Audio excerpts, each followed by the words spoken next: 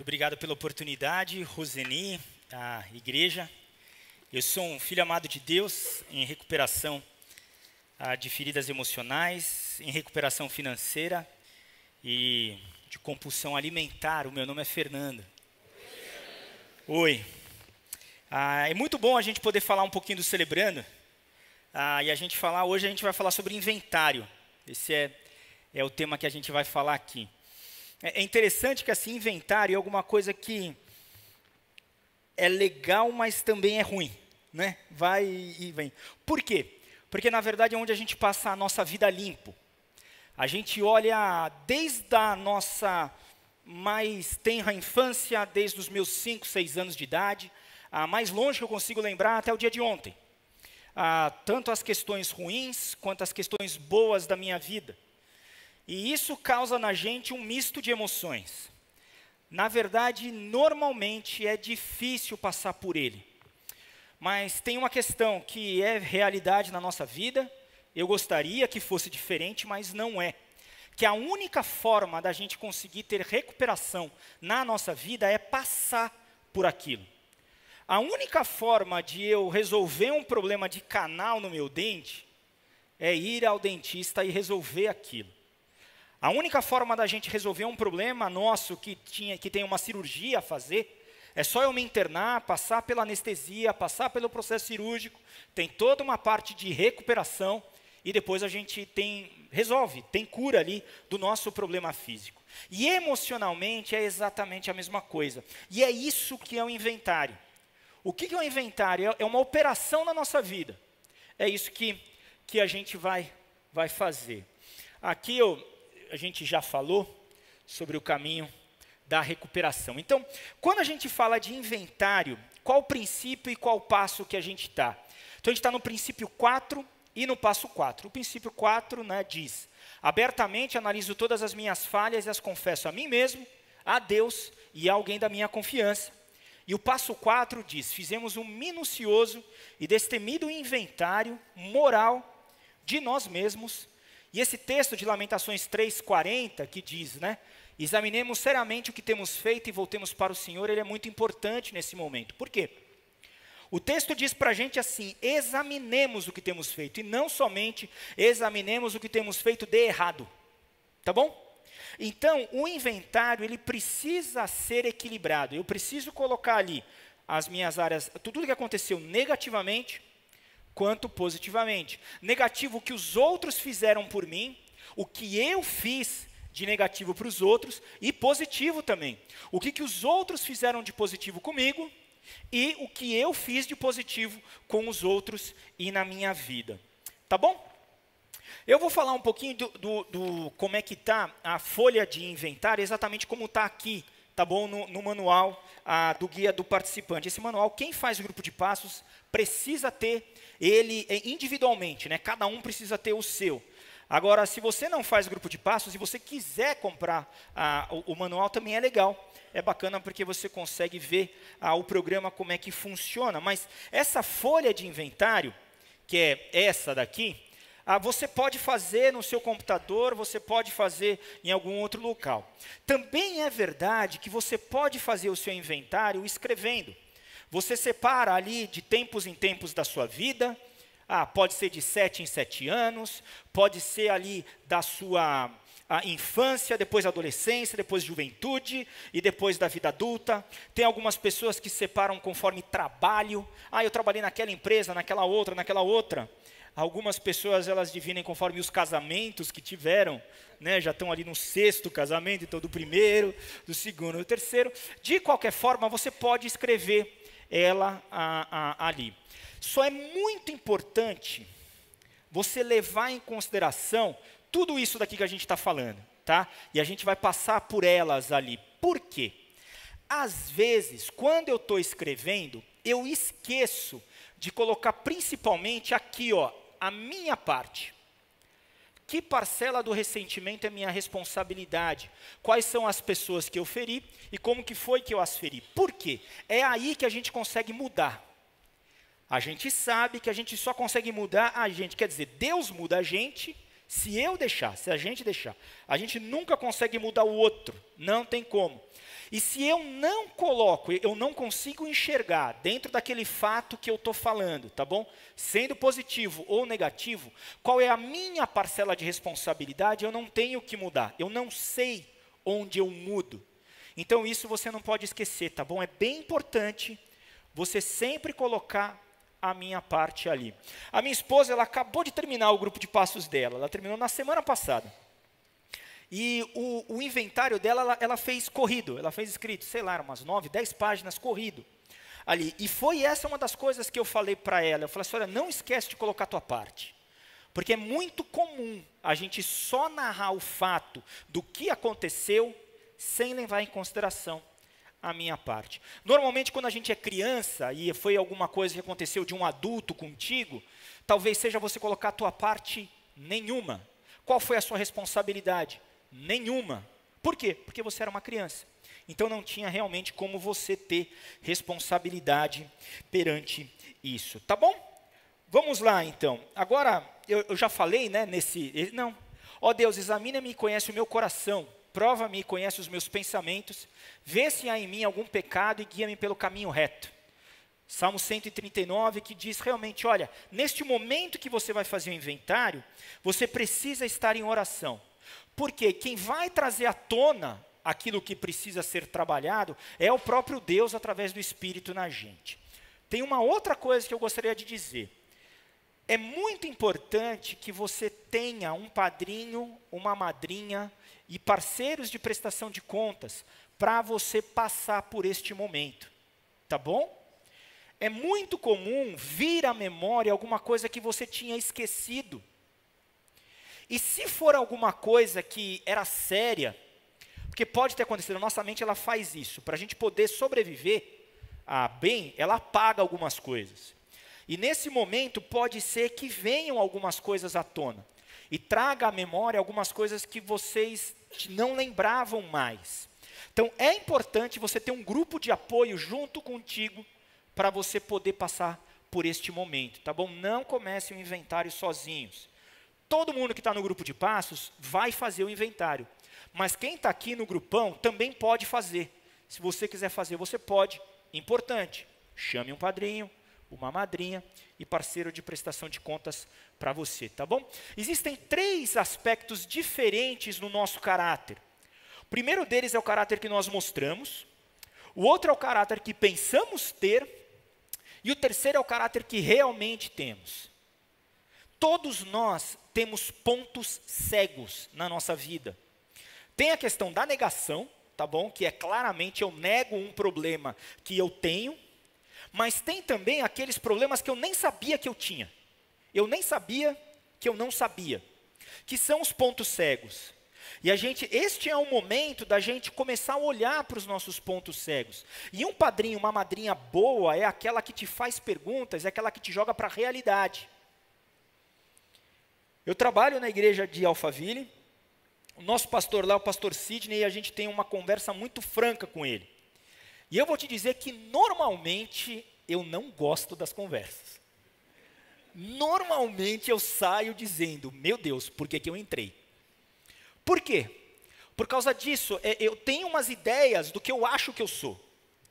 Mas ele vai lá e me coloca na realidade, e é uma pessoa que contribui constantemente para o meu crescimento como gente, como pessoa, como homem, e vale muito, muito a pena para isso, tá bom? Então vamos lá.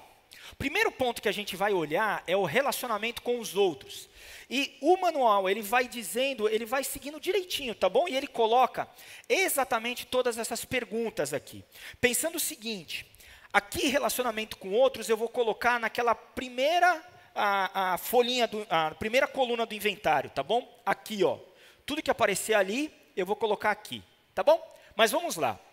Mateus 6, 12 e 13 diz assim, perdoa as nossas ofensas, como também nós perdoamos as pessoas que nos ofenderam. E não deixes que sejamos tentados, mas livra-nos do mal. A oração do Pai Nosso, bem conhecida ali. Quais perguntas você precisa fazer para você mesmo, para você identificar quem que você coloca ali? Primeiro, quem o feriu? Ou quem o magoou? Segundo, você guarda mágoa ou rancor de alguém?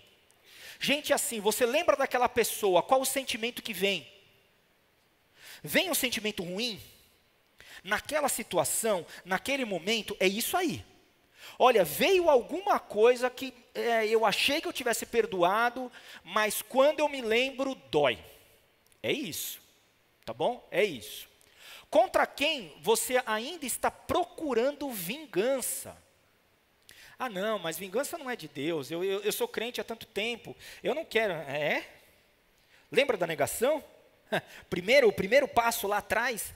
A negação, gente, é um processo constante na nossa vida. Constante. Constante. Toda hora eu preciso olhar para mim e falar, eu estou negando ou não estou? E aqui é a mesma coisa, tá bom? Você tem ciúmes de alguém? Vocês sabem que quando eu estava fazendo esse processo, na primeira vez que eu fiz o grupo de passos, uma das coisas claras que Deus mostrou para mim foi o seguinte: Fernando, você é ganancioso. Agora, não é uma coisa que você ouve todo dia, né?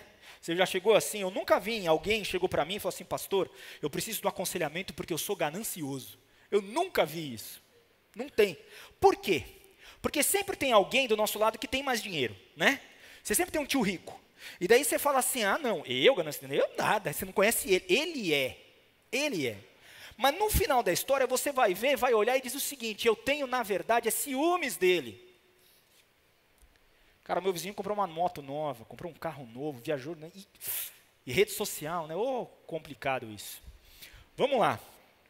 Você tenta justificar as suas atitudes erradas dizendo que é culpa dos outros. Gente, sabe quem que faz isso? Todo mundo. Todo mundo que chegou aqui falou isso. É muito comum a gente chegar aqui dizendo que a culpa de tudo na nossa vida é o meu pai, a minha mãe, o meu ex-marido, minha ex-esposa, o meu cunhado, o meu chefe, a conjuntura, é isso. Você tenta justificar as suas atitudes erradas dizendo que é culpa dos outros. Eu sou responsável pelas minhas atitudes. E é isso que a gente precisa trazer. Dica. Então coloque os nomes dessas pessoas lá, como eu falei, na coluna 1, tá bom? Ainda olhando para relacionamento com os outros. Quem você feriu? A respeito de quem você tem feito críticas ou fofocas? Aquele primeiro passo foram os outros que fizeram mal a mim, agora é o inverso. Quem que você fez mal? Quais foram as tuas atitudes que fizeram mal para alguém? Você está devendo dinheiro para alguém? Você está devendo alguma coisa para alguém? O que aparecer aqui, então você coloca o nome dessas pessoas lá na última coluna, ali dizendo da minha parte, tá bom? Então aqui tem tanta questão, qual que é a minha parte naquele problema que aconteceu, quanto qual a pessoa que eu feri, tá bom? Próximo ponto, prioridades em sua vida. Mateus 6,33 diz, portanto, põe em primeiro lugar na sua vida o reino de Deus, e aquilo que Deus quer, e Ele lhe dará todas essas coisas. Algumas perguntas, então, para você se fazer neste momento. Mesmo depois de tomar a decisão de entregar sua vida e suas vontades a Deus, em que áreas você ainda não está colocando Deus em primeiro lugar? Onde que você entregou e trouxe de volta? Onde que você está dizendo o seguinte, olha, eu realmente estou tentando resolver do meu jeito. E aqui entra muito aquela lição da sanidade. A gente precisa se lembrar disso. Insanidade é eu querer querer resultados diferentes, fazendo a mesma coisa. Isso é constante em nossa vida, tá bom? Próximo ponto. O que em seu passado está interferindo para que você faça a vontade de Deus? Talvez seja ambição, talvez sejam seus prazeres. Eu, há um tempinho atrás, falei do meu testemunho aqui, que a grande questão da minha vida foi um abuso que eu sofri quando eu era pequeno. E aquilo mexeu com essa questão aqui de prazer. E eu percebi que toda vez que tinha alguma coisa desafiadora, difícil na minha vida, eu caía para qualquer coisa que me dava prazer. Comida, jogo, compra, qualquer coisa. Então isso aqui está me atrapalhando eu conseguir fazer a vontade de Deus na minha vida. Tá bom? Quais têm sido suas prioridades no trabalho, nas suas amizades, nos seus objetivos pessoais? O que para você realmente é prioridade? Tá bom? Próximo passo. Mateus 6,33 diz: portanto, põe em primeiro lugar na sua vida o reino de Deus e aquilo que Deus quer, e Ele lhes dará todas essas coisas. Buscai, pois, em primeiro lugar o reino de Deus, é o que a gente decorou, né, ao longo da vida. Mas quem foi machucado pelas suas prioridades? Talvez você tenha sido machucado pelo teu pai, porque o teu pai trabalhou muito. Você não está reproduzindo a mesma coisa? Uma das coisas que eu mais reclamava é que a minha mãe, apesar de ter ganhado bastante dinheiro, ela sempre dizia que não tinha nada. E sempre era muito difícil.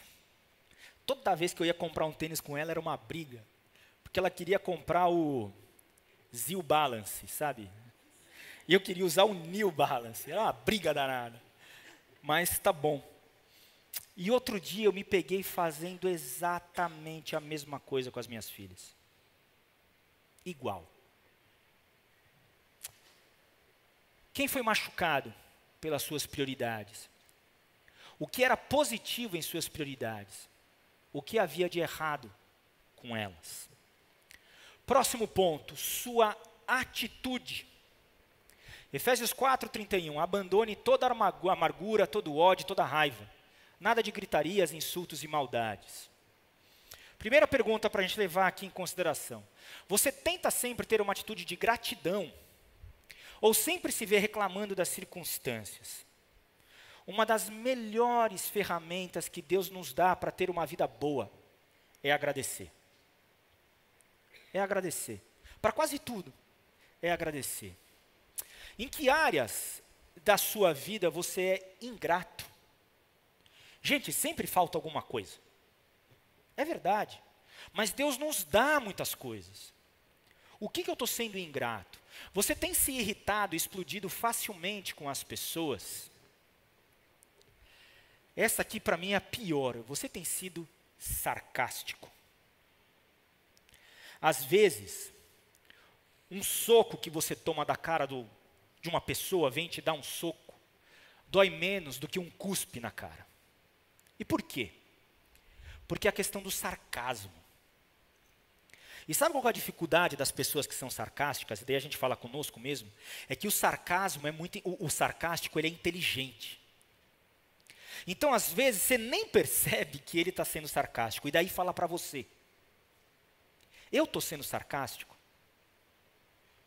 O sarcasmo normalmente mexe com questões muito profundas da nossa vida. Então, tome muito cuidado com isso. Não use de sarcasmo com o outro. O que em seu passado ainda lhe causa medo e ansiedade? Qual situação? Qual questão? Qual problema? Qual pessoa ainda te traz isso? Próximo, a sua integridade. Não mintam uns aos outros, pois vocês já deixaram de lado a natureza velha com os seus costumes. Perguntas para a gente falar. Em que área da sua vida você foi desonesto no passado? E daí desonesto tanto com coisas, quanto com palavras, quanto com pessoas. Você roubou alguma coisa? E lembra que pode ser algo intelectual também. Pode ser uma cópia, um software pirata. Tá bom? Você exagerou sobre si mesmo para parecer melhor? Em que áreas você já agiu com falsa humildade em seu passado? E essa falsa humildade é bacana, né? Não, tudo bem, não precisa. Você foi lá, fez um trabalho super bacana. Olha, legal, muito bacana que você fez, parabéns. Não foi nada, não. E mesmo na igreja, né? A pessoa vai e tal, estava aqui tocando tal. Cara, que legal. É para Cristo, é para Deus. Tá bom, eu sei que é para Cristo, é para Deus, mas falsa humildade, aceite, fala obrigado.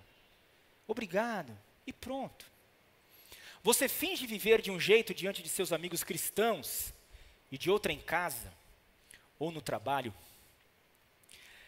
Tem uma frase muito legal que tem numa das das paredes lá na nossa igreja a gente tem um coworking ali, então numa das paredes tem assim: fale a verdade sempre e você nunca vai precisar se lembrar do que você disse. Falei, olha que legal, é verdade, a melhor coisa é ter uma versão só de você mesmo. Qual versão você tem? Uma. Então eu sou aqui do mesmo jeito que eu sou em casa, do mesmo jeito que eu sou no trabalho, do mesmo jeito que eu estou na minha família. Igual. É claro que você vai falando e você abre partes da sua vida para algumas pessoas. Aqui vocês vão me conhecer esse tantinho. Daí lá no grupo de partilha, talvez um pouquinho mais. No grupo de passos, talvez um pouquinho mais. Daí com o teu padrinho, mais ainda. Mas quem realmente te conhece é quem está na tua casa. É tua esposa, teu marido, teus filhos. Eles te conhecem mesmo. Mas tenha uma versão só de você mesmo. Isso daqui é uma droga. Eu lembro um amigo nosso, dentro do processo dele também, ele falou assim: Fernando, eu mentia tanto, que eu encontrava uma pessoa e eu falava, meu Deus, qual versão que eu falei para ele? Eu ficava desesperado, porque eu não sabia se eu tinha falado a A, B, ou a C, ou a D para aquela pessoa. E daí, lógico, que ele era pego na mentira, né? E ia caminhando. Lembre-se de Isaías 1,18, isso aqui é... Olha, se tem um versículo que a gente precisa decorar, é esse. Esse é demais, tá bom? Venham cá, vamos discutir este assunto. Os seus pecados os deixaram manchados de vermelho escuro, mas eu os lavarei e vocês ficarão brancos como a neve, brancos como a lã. Não importa o tamanho do teu problema. Não importa o que tenham feito com você ou o que você fez pelo outro. Importa quem Cristo é. A nossa identidade está nele, não no nosso passado. Não nos problemas que nós tivemos. Jesus Cristo resolveu tudo. Ah, Fernando, mas você não imagina que... Tudo. Tá bom? Tudo. Vamos lá. Então a gente já olhou relacionamento com os outros, as nossas prioridades, as nossas atitudes e a nossa integridade. A gente vai olhar um pouquinho mais agora. Próximo ponto, a sua mente. E esse Romanos 12:2 é fundamental também, né? Que diz: não vivam como vivem as pessoas deste mundo, mas deixem que Deus os transforme por meio de uma completa mudança na mente de vocês. Assim, vocês conhecerão a vontade de Deus, isto é, aquilo que é bom, perfeito e agradável a Ele. Uma das coisas fundamentais que o Celebrando a Recuperação faz na nossa vida é mudar o nosso modelo mental. Muda a forma como a gente pensa. Mas quem que vai mudar? Não é o Celebrando, é Cristo. É Deus. Então eu preciso deixar com que Ele mude. Eu preciso entender que todo mundo está caminhando para essa direção e Jesus está falando, olha, é para lá. Eu preciso deixar com que isso aconteça. Tá bom? Olhando para a nossa mente, como você guardou sua mente no passado? O que você negou? Você tem ocupado a sua mente com filmes, programas de televisão, revistas e livros prejudiciais e nocivos? Teve uma época que eu assistia bastante uma série bem famosa, que todo mundo vê. E eu sei que cada vez que terminava eu ficava mal. Ficava mal mesmo, mal. Mas todo mundo via e era intrigante. A minha mulher olhou para mim e falou assim, eu não sei para que você vê esse negócio. Você fala tanto que não pode fazer uma outra coisa, você fica vendo essa desgraça aí. Eu olhei para ela e falei, é verdade. Não vou mais ver. E daí, uma das questões todas que eu trabalho na minha vida é a questão da sexualidade toda.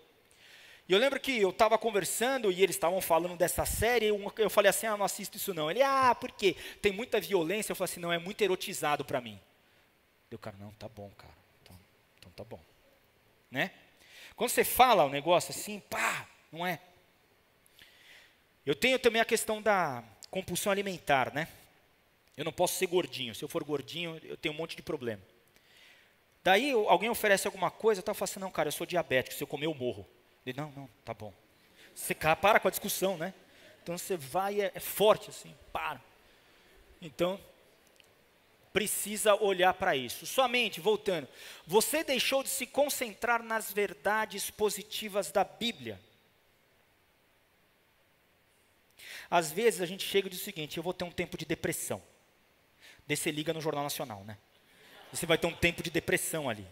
Porque é só desgraça, né? Todos eles, os telejornais, Daí você fala, cara, quem que você está ouvindo? Quem que você está ouvindo? Que voz você está ouvindo? Você está ouvindo a voz do teu passado, a voz da tua mãe, do teu pai, a voz do mundo, a voz dessa cultura, a voz do diabo, ou você está concentrado nas verdades bíblicas? Gente, Jesus teve todo o problema igual ao nosso, e pior até. Ninguém na luta contra o pecado teve que ir até a morte, ele foi. Agora, ele era concentrado em quê? Nas verdades positivas da Bíblia. É isso que dá esperança para a gente. Tá bom? Seu corpo, e aqui pega, pelo menos para mim, pega pra caramba. Será que vocês não sabem que o corpo de vocês é o templo do Espírito Santo que vive em vocês e lhes foi dado por Deus? Vocês não pertencem a vocês mesmos, mas a Deus, pois Ele os comprou e pagou o preço. Portanto, usem o seu corpo para a sua glória, para a glória dele. Eu estava estudando um pouco sobre a questão de sexualidade também e tal, e tem um texto em Jó, que diz assim, que Jó fez um acordo com os próprios olhos dele. Porque o que acontece? O sexo masculino é totalmente visual. O sexo feminino é auditivo e imaginativo. Tá bom? É assim que a nossa sexualidade foi feita por Deus. Então, se eu olho, eu desejo. O que Jó fez? Não olhou. Por quê? Porque ele havia sido comprado por Deus. A mesma coisa acontece conosco. Qual foi o preço da nossa vida? O sangue de Cristo, certo? Esse é o preço da nossa vida. Foi caro ou foi barato? Quanto vale isso? O universo inteiro? Talvez. Esse é o preço da tua vida e ele pagou. Então, se ele pagou, você é escravo. Se eu sou escravo de Cristo, eu tenho liberdade para fazer qualquer coisa? Não. Não tenho. Então, eu preciso me lembrar disso, e preciso me lembrar que o Espírito Santo de Deus habita em mim.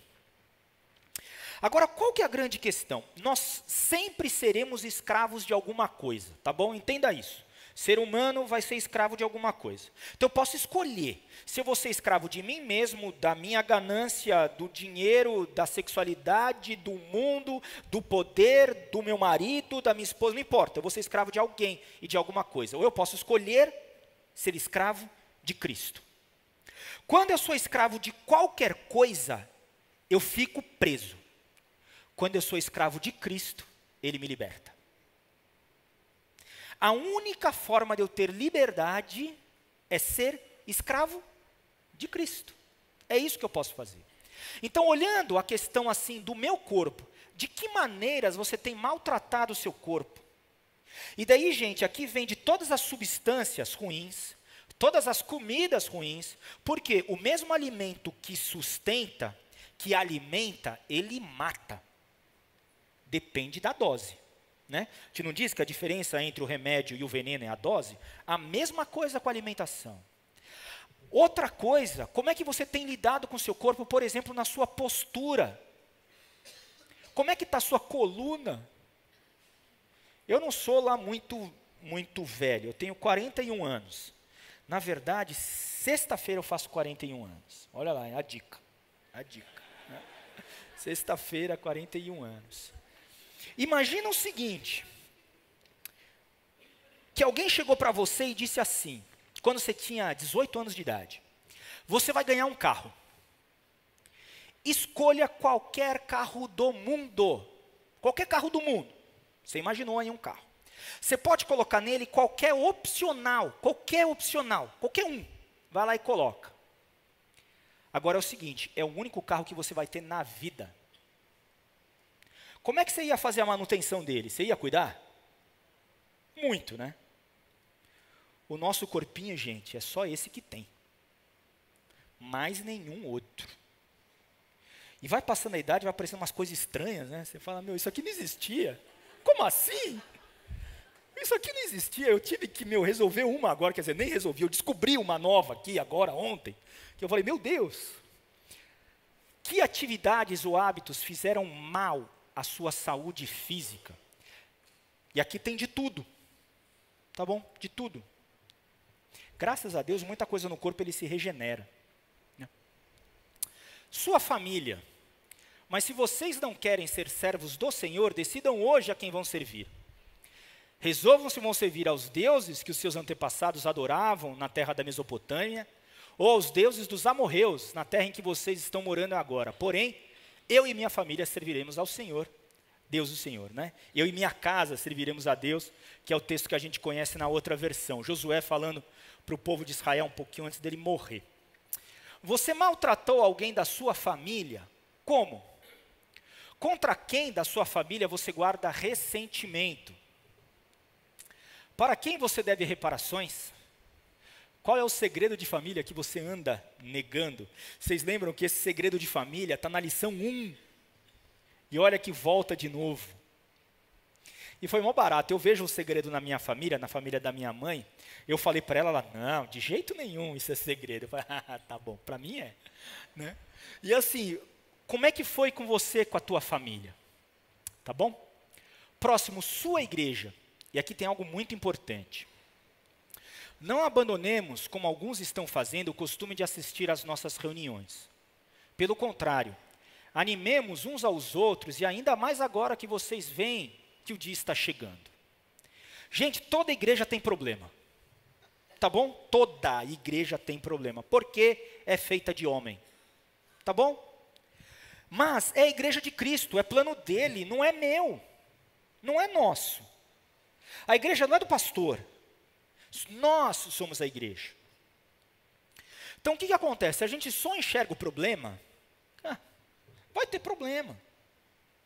É claro que tem algumas coisas que são absurdas. Ninguém está dizendo das coisas absurdas. Mas olhando para uma igreja saudável, a IBAB é uma igreja saudável. Você foi fiel à sua igreja? Eu sei que tem gente que não é só da IBAB, tem de outras igrejas aqui, mas foi fiel à sua igreja da seguinte forma: você não concorda, vai embora.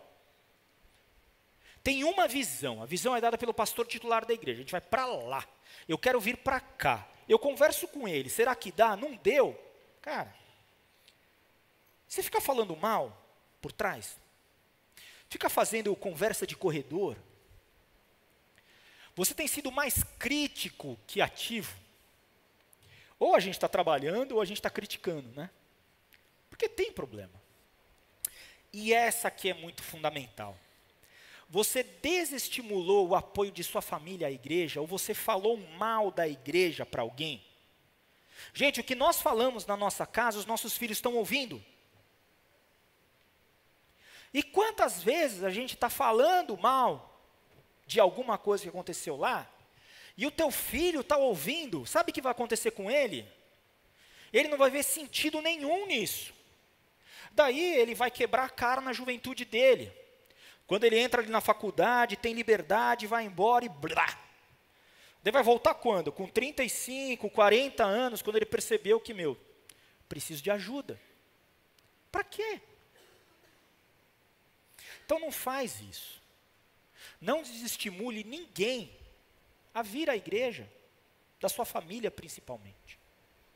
Tá bom? Eu falei desse texto e realmente no texto aqui, quando a gente fala de inventário, ele é fundamental, por isso que ele está de novo, tá bom?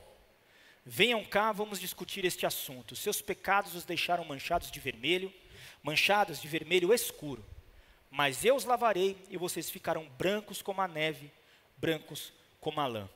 E alguns lembretes para a gente fazer o inventário. Leia os versículos de equilíbrio que se encontram na lição 9, página 67. A gente está se referindo a este manual, tá bom? Se você for lá na página 67, você vai ver que tem vários versículos que vão te ajudar no momento que você estiver enfrentando as tuas questões. Então aqui, Qual emoção? Desamparo, viver no passado, necessidade, solidão, opressão, medo, melancolia, preocupação. Cada um tem um texto bíblico, tá bom? Para te ajudar. Mantenha seu inventário equilibrado. Liste seus pontos fortes juntamente com suas fraquezas. Então você faz uma folhinha daquela dos pontos negativos, mas faz outra dos pontos positivos. Vocês sabem que quando eu estava preenchendo, eu fui numa Starbucks. Eu falei, eu vou lá, tal, boto fone de ouvido, fico na minha, tal. E fui fazendo. E eu achei que realmente o maior problema estava nos negativos. Daí eu fui fazer os positivos. E quando eu fui fazer os positivos, Deus trouxe à minha mente que eu tive uma infância muito boa. Tive mesmo, Ele me deu proteção e tal. E daí eu ia lembrando e eu começava a chorar. E eu lá chorando na Starbucks, olhando, mas e agora? Como é que eu vou terminar isso tal? Então, por quê? Porque aquilo realmente eu tive um contato muito bom com aquilo. E foi quando eu estava olhando os lados, pontos fortes e positivos da minha vida que eu descobri que eu tinha compulsão alimentar. Por quê? Toda a parte de afetividade da minha família se deu na cozinha.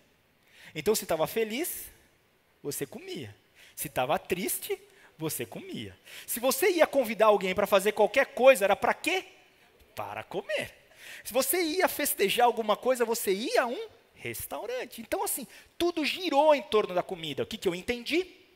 Que para ser feliz, eu preciso comer. E daí, a história continuou. Tá bom? Encontre um parceiro para a prestação de contas e um padrinho. Nunca é demais repetir. O caminho da recuperação não é uma jornada para ser trilhada sozinho.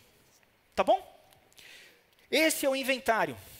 E é essa a lição do inventário que a gente tinha. Eu me lembro, há um tempo atrás, tinha uma pessoa celebrando aqui, eu estava bem no momento que eu estava para fazer meu inventário, mas na verdade eu estava enrolando. Quem aqui não tem problema com a procrastinação, né? Não tem. E eu estava enrolando ali, enrolando. Sabe o que ela falou para mim? Fernanda, a melhor coisa que você tem para fazer, o inventário é faz. Senta e faz. Eu falei, olha, né, que é verdade, sentei e fiz. E foi bom mesmo. Tá bom? Mas, lembre-se, você não precisa trilhar isso sozinho.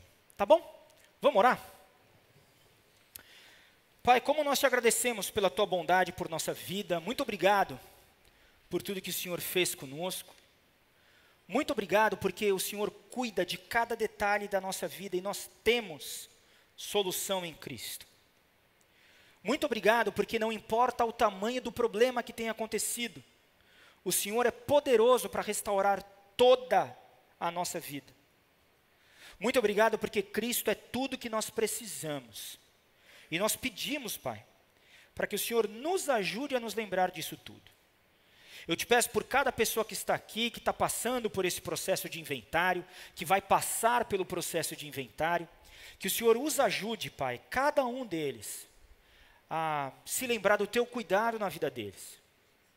Nos ajude cada um em nossa recuperação, que a gente possa viver um dia de cada vez, um momento de cada vez nela. É em nome de Cristo que nós oramos. Amém. Amém. Muito obrigado.